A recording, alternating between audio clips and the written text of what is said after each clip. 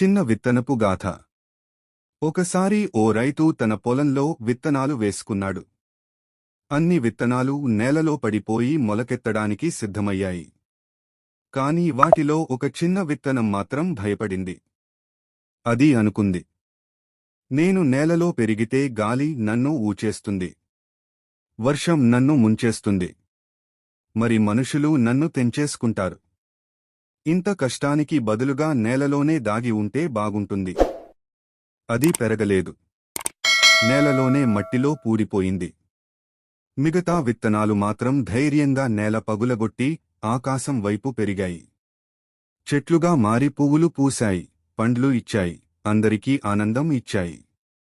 పాఠం: భయపడితే మనం ఎప్పటికీ ఎదగలేం. మీరు ఇలాంటి కథలు వినాలి అంటే మన నందూస్ టీవీని సబ్స్క్రైబ్ చేసుకోండి. అలాగే ఒక లైక్ కొట్టడం మర్చిపోకండి ప్లీజ్. ధన్యవాదములు.